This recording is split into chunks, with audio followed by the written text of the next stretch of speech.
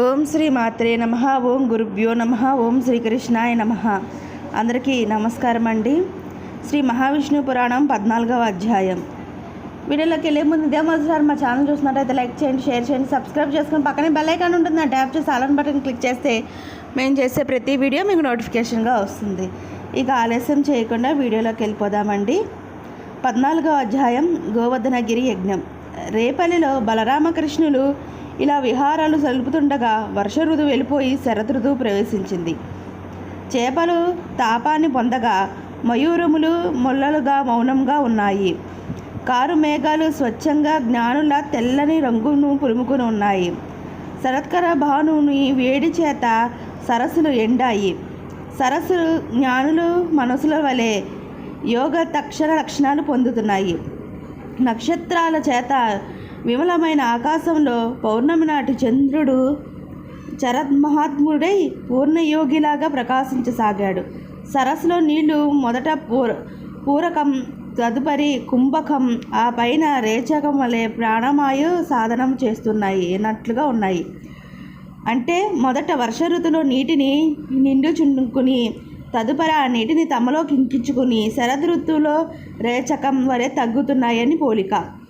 ఆకాశం తారలకు బిలమిలలైన సత్కరముల రాగం. రేపల్లెలో ఇంద్రుణ్ణి ఆరాధించే ఉత్సవ సంబరాలు మొదలయ్యాయి. ప్రజలు చేస్తున్న సన్నాహాలను చూసి ఇంద్రోత్సవం ఏమిటని అడిగాడు కృష్ణుడు. శతక్రతుడైన ఇంద్రుడు మేఘాలకు నీటికి ప్రభువు కుమార. అతని ప్రేరణ వల్లే మేఘాలు వర్షిస్తాయి. వాటి వల్లనే కదా మనం పంట పండేది, మన పాడి ఆవులకు గడ్డి లభించేది. వీటన్నిటి హేతువైన ఇంద్రుడు ఇచ్చే వర్షాధారం కనుకనే రాజులు యజ్ఞాల చేత, మనం ఉత్సవాల చేత సురాధిపతిని అయిన ఇంద్రుడిని అర్చిస్తాము. మేఘాలు జనపాసాలను చోట సస్యాభివృద్ధికి అనుకూలంగా కురిపించేది శుక్రుడే అని చెప్పాడు నందనుడు. కృష్ణుడు మాటలకు రోషం తెప్పించాగా ఇలా అన్నాడు. ఏమిటి తండ్రి, ఏమిటిది? మనం మడి దున్నే కర్షకులం కాము, వర్తక వాణిజ్యాలు చేసే వ్యాపార జీవులం అంతకంటే కాము. మన వనాలలో తిరిగే వాళ్ళం. మనకు గోవులే దైవం. అశ్విక్షికి, త్రయి, వార్త, దండనీతి అనేవి 4 విద్యలు. వీటిలో మనకు మాత్రం వర్తించేది వార్త. భూమి దున్నడం అనేది వ్యవసాయ కుల వృత్తి. క్రయ విక్రయాలు జరిపే వృత్తిని చేపట్టేవారు వాణిజ్యులు. కనుక ఎవరు ఏ విద్యకు సంబంధించగలరో దానిని పూజించడం శ్రేయస్కరం. కృషికి అవధి పోలిమేర, దానికి అవధి వనం, దానికి హద్దు గిరికలు. కనుక గిరులని మనకి పరమగతి. ఈ వనాలు, ఈ గిరులు కామరూపాన్ని ధరిస్తాయని వింటాము. వాటి పట్ల అపచారం చేయకూడదు. అలా చేస్తే అవి తమ అడవుల్లో నివసించే వారిని సింహద రూపాలతో తుదిముట్టిస్తాయి. కనుక మనం చేయదగినది ఇంద్రయజ్ఞమో వరుణయజ్ఞ సంబరమో కాదు. మనకు పూజనీయమైన గోయజ్ఞము, గిరి సంబరము జరుపుకోవలెను.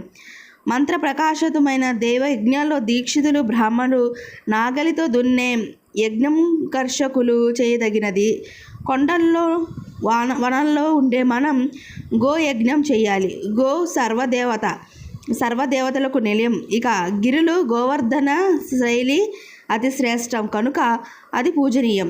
ఇక పెక్కు ఆలోచనలు అవసరం లేదు. రేపల్లిలోని సమస్త వస్తు సామాగ్రి తెచ్చి అర్చన బోనాదులు గావించి హోమాలు, ద్విజయ సంతర్పణలు చేయించండి. సత్కారములచే పూజే పువ్వులను గోవులకు అలంకరించండి, వాటిని అర్చించండి. అది ఆచరించినట్లయితేనే గోవులకు నాకు ప్రీతికరం అని చెప్పాడు వాసుదేవుడు. నందవజ్రంలోని వాళ్ళందరికీ ఈ మాటలు బాగా నచ్చాయి. అవునంటే అవునని గిరి యజ్ఞం చేయడానికి సంసిద్ధులయ్యారు. ద్విజ సంతర్పణ గావించి గో వృషభ మహముల చేత గిరి ప్రదక్షిణ జరిపించారు. ఆ కొండ వద్దనే కృష్ణుడు నిలిచి నేనే గోవర్ధన గిరినంటూ గోపశ్రేష్ఠులు తెచ్చినవన్నీ నిండుగా అరగించాడు. మరోవైపు మనుష్య రూపంలో తాను గిరి యజ్ఞం నిర్వహించడంతో పాటు పాల్గొన్నాడు. ఆ లీలా మనుషుదారికి ఏది సాధ్యం? అందరూ సంతృప్తిగా ఆ గోవర్ధన శైలిని యజ్ఞాన్ని చేసి సంతుష్టులంతరి రేపల్లిని తిరిగి వచ్చిరి. ఇంద్రునికి చర్యలు అమిత ఆగ్రహాన్ని కలిగించాయి. తన అదుపాజ్ఞల్లో ఉన్న మేఘాలన్నిటినీ రప్పించి, సంవక్తక మేఘాలారా, అక్కడ గోకులంలో గోకులంతా దుర్భక్తితో కృష్ణుడు చెప్పినట్లు గిరి యజ్ఞం చేశారు. ఇంతకాలంగా మనల్ని అర్చిస్తూ వచ్చారు. కనీసం మనకు తలవనైనా లేదు. గోవులైతే వారు జీవనాధారంగా భావిస్తున్నారో వాటిని అధిక వర్షం చేత బాధించండి. నేను కూడా వాయు జల ఉపద్రవాలతో మీకు సహాయం నిలుస్తాను అనేసరికి ఇంద్ర ఆజ్ఞ చేత మేఘాలు ఆ ప్రకారమే ప్రవర్తించాయి. గోపి గోపాల సంఘమంతా ఆ కారణం ఉపద్రవానికి తల్లడిల్లింది. కృష్ణ, ఇది ఆ ఇంద్రుని దెబ్బే, సందేహం లేదు. తన అలక్ష్యం చేశామని కోపగించి చేస్తున్నాడు. నీవే రక్ష అని వేడుకున్నారు గోకులం వాళ్ళంతా. గోవర్ధనగిరి కేవలం తన అరచేత ఎత్తిపట్టి, మీరు అందరూ ఈ గిరి కిందకి రండి, గొడుగు వలె ఇది ఎంతమందినైనా సరే కాపాడగలదు అని యాదవులందరినీ రక్షించాడు కృష్ణుడు. 7 రాత్రులు 7 పగలు చేసిన కొండపోతగా కురిసిన ఆ వర్షానికి గోకులంతా బాధించడం వశం కాలేదు. మేఘాలన్నీ వట్టిపోయాయి. ఇంద్రుడికి కృష్ణుడు మహిమ అర్థమై సాక్షాత్తు విష్ణువుడని గ్రహించి తన మేఘాలను వెనక్కి రప్పించి గోవర్ధనగిరి యథాస్థానంలో విడిచాడు కృష్ణుడు. ఇంద్రుడిచే గోవిందునికి పట్టాభిషేకం.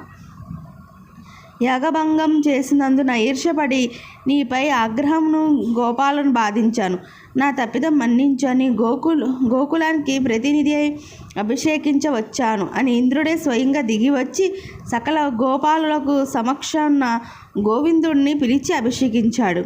తన వంశార్జునుడు భూలోకంలో అవతరించాడని అతన్ని కాపాడాల్సిన కోరిక ఇంద్రుడని చెప్పగా, మహాభారత యుద్ధం జరిగే కాలంలో ఈ భూభారం చాలా భాగం తగ్గుతున్నది.